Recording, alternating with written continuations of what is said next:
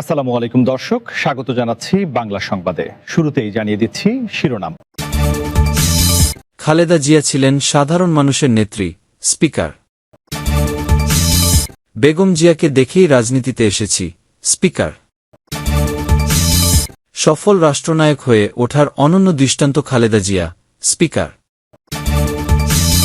দপ্তরে গিয়ে অনিয়ম পেলেন প্রতিমন্ত্রী, 16 কর্মকর্তা কর্মচারীকে স্ট্যান্ড রিলিজ। জাতীয় সংসদের speaker major of. Hafiz Uddin Ahmad বীর বিক্রম বলেছেন, সাবেক প্রধানমন্ত্রী ও বিএনপির চেয়ারপারসন মরহুমা বেগম খালেদা জিয়া ছিলেন সাধারণ মানুষের নেত্রী। তিনি ছিলেন জনগণের নেতা। তাকে দেশের মানুষ যেভাবে শেষ বিদায় দিয়েছে, তা একজন রাজনৈতিক নেতার জন্য পরম আরাধ্যর বিষয়। আজ শুক্রবার জাতীয় সংসদের এলডি হলে বেগম খালেদা জিয়ার স্মরণে দেশনেত্রী শীর্ষক স্মৃতি বর্ষপঞ্জির মোড়ক উন্মোচন অনুষ্ঠানে তিনি এসব কথা বলেন। প্রধান অতিথির বক্তব্যে হাফিজ উদ্দিন আহমেদ বলেন, বেগম জিয়ার মৃত্যুর পর মানুষের অবিরল অশ্রুধারা এটাই প্রমাণ করে যে তিনি ছিলেন সাধারণ মানুষের নেত্রী। তিনি জনগণের নেতা ছিলেন। সাধারণ মানুষ কেন অশ্রু বিসর্জন করবে একজন নেতার জন্য, যিনি চলে গিয়েছেন, যিনি আর কোনোদিন তাদের কোনো উপকার করতে পারবেন না। আমরা সেদিন বেগম জিয়ার জানাজার দিন উপলব্ধি করেছি যে ব্যাপক জনস্রোত, এত বড় জনস্রোত আমি তো কখনো দেখিনি। বাংলাদেশের মানুষও সম্ভবত দেখেনি। ভবিষ্যতেও দেখবে কিনা সেটি ভবিষ্যতে বলতে পারে। তার মৃত্যুতে প্রকৃত অর্থেই বিযোগ-বিহ্বল শোকাভিভূত জনতা তাকে যেভাবে শেষ বিদায় দিয়েছে, এটি একজন রাজনৈতিক নেতার জন্য পরম আরাধ্য একটি বিষয়।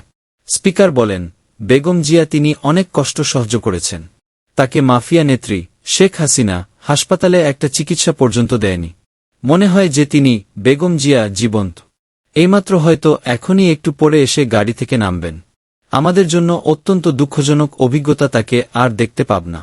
তবে আশা করি তিনি যে লিগ্যাসি রেখে গিয়েছেন, জনগণকে যেভাবে অনুপ্রাণিত করে গিয়েছেন, সেটি দীর্ঘদিন বাংলাদেশের স্বাধীনতা সার্বভৌমত্ব রক্ষার ক্ষেত্রে অতন্ত্র প্রহরীর মতো কাজ করবে।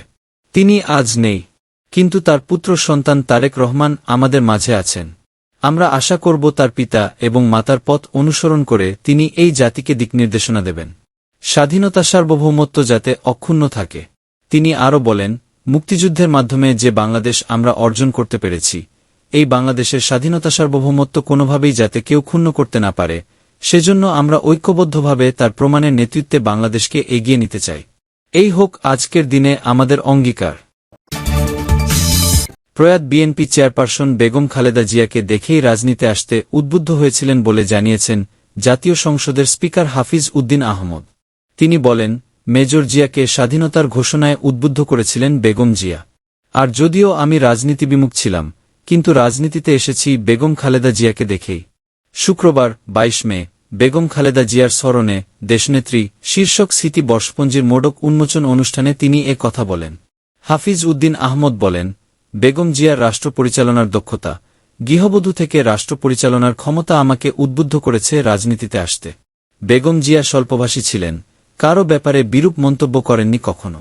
তিনি যে সাধারণ মানুষের নেতা ছিলেন, এটা তার মৃত্যুর পর যখন দেশের আপামর মানুষ তার চলে যাওয়ায় ব্যথিত হয়েছে, তখন আরও বেশি বুঝতে পেরেছি, যোগ করেন স্পিকার।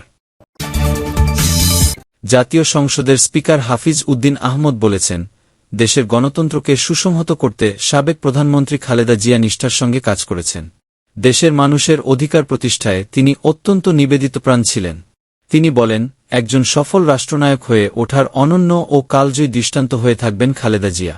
শুক্রবার সন্ধ্যায় জাতীয় সংসদ ভবনের এলডি হলে ছবির গল্প কর্তৃক প্রকাশিত সাবেক প্রধানমন্ত্রী খালেদা জিয়ার স্মৃতির স্মরণে দেশনেত্রী শীর্ষক বর্ষপঞ্জির মোড়ক উন্মোচন অনুষ্ঠানে প্রধান অতিথির বক্তব্যে তিনি এসব কথা বলেন।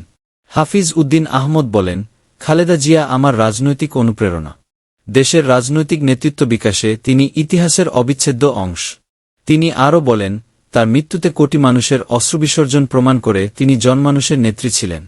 স্পিকার বলেন, জিয়াউর রহমান 1971 সালের 26 মার্চ স্বাধীনতার ঘোষণা না দিলে বাংলাদেশের জন্ম হতো কি না সংশয় থেকে যায়। তার নেতৃত্বে এ দেশের জনগণ মুক্তিযুদ্ধে অংশগ্রহণ করে কাঙ্ক্ষিত বিজয় অর্জন করে। তিনি আরও বলেন, খালেদা জিয়া জিয়াউর রহমানকে স্বাধীনতার ঘোষণা দিতে অনুপ্রেরণা জুগিয়েছিলেন। অনুষ্ঠানে জাতীয় সংসদের চিফ হুইপ মো. নুরুল ইসলাম মনি বলেন, দেশে গণতন্ত্রের স্থায়ী রূপ দিতে তত্ত্বাবধায়ক সরকার ব্যবস্থা চালু করেন খালেদা জিয়া। তিনি বলেন, অনেকে দেশে প্রত্যাবর্তন করেছেন, কিন্তু জিয়া পরিবারের কোনো প্রত্যাবর্তন নেই। এই পরিবার না থাকলে দেশ থাকত কি না সে বিষয়ে আমি সন্দিহান। পার্বত্য চট্টগ্রাম বিষয়ক মন্ত্রী দীপেন দেওয়ান বলেন, এই পরিবার না থাকলে আমরা এখানে সমবেত হতে পারতাম না। তিনি বলেন, দুঃসময়ে আমি খালেদা জিয়াকে দেখেছি। তাকে অনেক সংগ্রাম করতে হয়েছে, আন্দোলন করতে হয়েছে।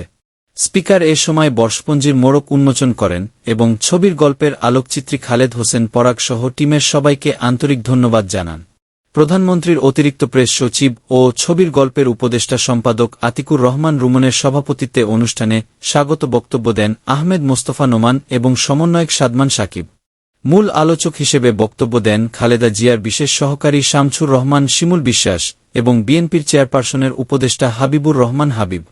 বর্ষপঞ্জিতে ছবির গল্পের প্রতিষ্ঠাতা প্রধানমন্ত্রীর আলোকচিত্রী খালেদ হোসেন পরাগের ক্যামেরায় ধারণ করা আলোকচিত্র এবং টিমের লেখনীর মাধ্যমে দেশনেত্রীর বর্ণাঢ্য জীবনের বিশেষ 12টি দিক ফুটে উঠেছে।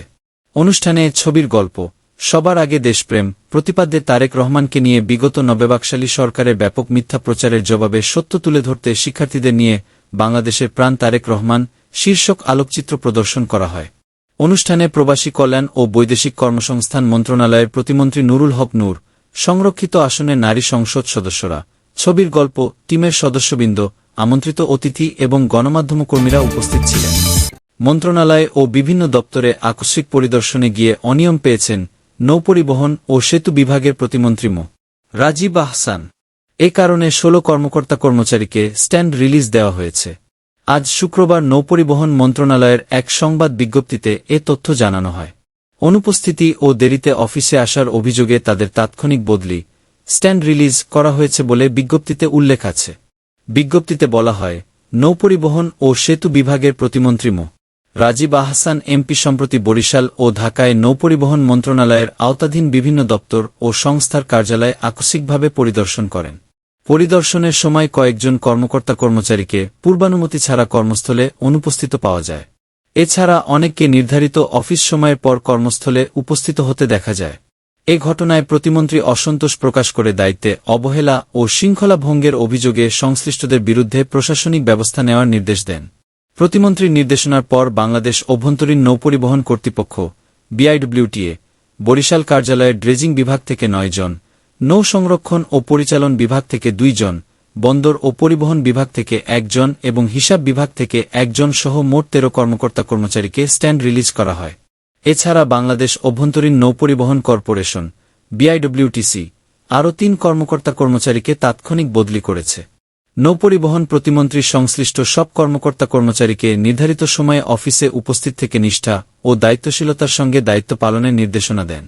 একই সঙ্গে সরকারি দপ্তরের শৃঙ্খলা, জবাবদিহিতা ও সেবার মান নিশ্চিত করতে ভবিষ্যতেও এ ধরনের আকস্মিক পরিদর্শন অব্যাহত থাকবে বলেও জানান তিনি।